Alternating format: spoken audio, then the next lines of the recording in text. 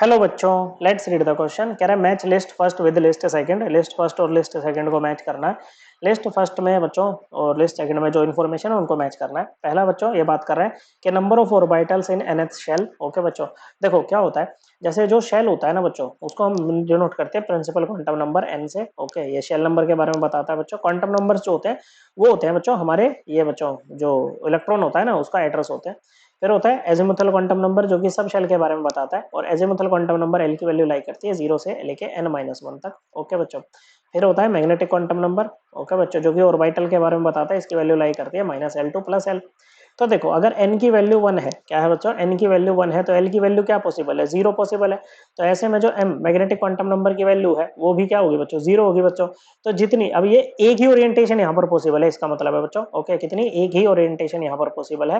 तो अगर एक ही ओरिएंटेशन पॉसिबल है तो एक ही ऑर्बिटल यहाँ पर बनेगा बच्चों। ओके बच्चों, तो एक ऑर्बिटल आ गया बच्चों। तो क्या ये किसके इक्वल है बच्चों, n स्क्वायर के इक्वल हो जाएगा बच्चों, 1 के स्क्वायर के इक्वल है बच्चों नंबर ऑफ ऑर्बिटल, तो n के स्क्वायर के इक्वल हो जाएगा बच्चों। तो number of shells, number of orbitals in the nth shell किसके इक्वल होता है बच्चों, ये आपका n स्क्वायर के इक्वल होता है। जो फर्स्ट वाला है वो s से मैच करेगा। देखो नहीं है तो एक और चेक कर लेते हैं, n इक्वल टू 2 है, L इक्वल टू क्या हो सकता है बच्चों, L की वैल्यू आपकी 0 भी हो सकती है, 1 भी हो सकती है बच्चों। M की वैल्यू क्या होगी बच्चों, अगर L की वैल्यू 0 है तो M की वैल्यू भी 0, अगर L की वैल्यू 1 है तो -1, 0 + 1 ये होगी बच्चों।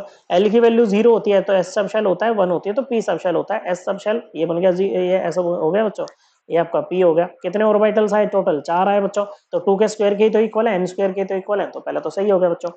फिर कह रहे हैं maximum number of electrons in A subshell. Okay बच्चों, एक सबशेल में मैक्सिमम कितने इलेक्ट्रॉन्स आ सकते हैं हमें बताना है।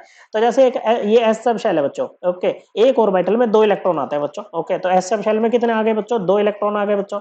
ओके, तो एक एक सबशेल में आपके बच्चों पता है कितने इलेक्ट्रॉन आ सकते हैं, ये आ सकते हैं 2l+1 के इक्वल। कितने बच्चों, 2l+1 के इक्वल आ सकते हैं बच्चों। ओके, किसके बच्चों, 2l+1 के इक्वल ये आ सकते हैं। ओके बच्चों, हाँ, maximum number of electron 2l+1 हो जाएंगे, बिल्कुल सही बात है बच्चों। तो देखो यहाँ पर ये क्या सही बैठ रहा है बच्चों, नहीं सही नहीं, 2 × 2l+1 के इक्वल होते हैं, सॉरी बच्चों। ओके, ये होता है 2 × 2l+1 के इक्वल होते हैं बच्चों। ओके, तो ये क्या हो जाएगा बच्चों, 2 × 2 × 0 + 1 कितना आ जाएगा बच्चों, ये आपका 2 आ जाएगा। ऐसे ही पी में कितने आ सकते हैं बच्चों, 6 इलेक्ट्रॉन आ सकते हैं बच्चों। ओके, तो हो जाएगा 2 × 2 × ये 1 होगा बच्चों, इंटू +1। ओके बच्चों, तो कितना आ जाएगा, ये आ जाएगा बच्चों 6 आ जाएगा बच्चों। कितना आ जाएगा, 6 आ जाएगा बच्चों। तो एक सब शेल में 2 × 2l+1 के इक्वल इलेक्ट्रॉन्स आपके आ सकते हैं बच्चों। तो ये आपका सेकंड वाला किससे मैच कर रहा है बच्चों, सेकंड वाला आपका पी से मैच कर रहा है। ओके बच्चों, ओके, तो पहले का एस और सेकंड का पी ये कहां पर दे रखा है बच्चों, ये केवल आपको ऑप्शन नंबर डी में दे रखा, बाकी आपके कट जाएंगे बच्चों, डी आपका आंसर आ जाएगा। फिर बात करें अगर number of sub shells in nth shell. Okay बच्चों, किसी एक शेल में कितने सब शेल होंगे बच्चों, तो ये n के ही इक्वल होते हैं बच्चों। क्योंकि देखो आपकी n की जो एल की वैल्यू लाई करती है वो 0 से लेकर n-1 तक लाई करती है। तो अगर मान लो n की वैल्यू 5 है तो एल की वैल्यू क्या हो जाएगी बच्चों, 0 1 2 3 4। तो टोटल सब शेल्स कितने बने बच्चों, 1 2 3 4 5 ही तो बने बच्चों, तो n के इक्वल हो गए बच्चों। फिर कह रहा है number of orbitals in A subshell, एक सबशेल में कितने ऑर्बिटल्स होंगे। तो देखो जैसे p सबशेल की बात करें, ओके, तो l की वैल्यू 1 होती है तो p सबशेल आता है। तो ऐसे में हमने देखा भी कि 3 ऑर्बिटल आए बच्चों।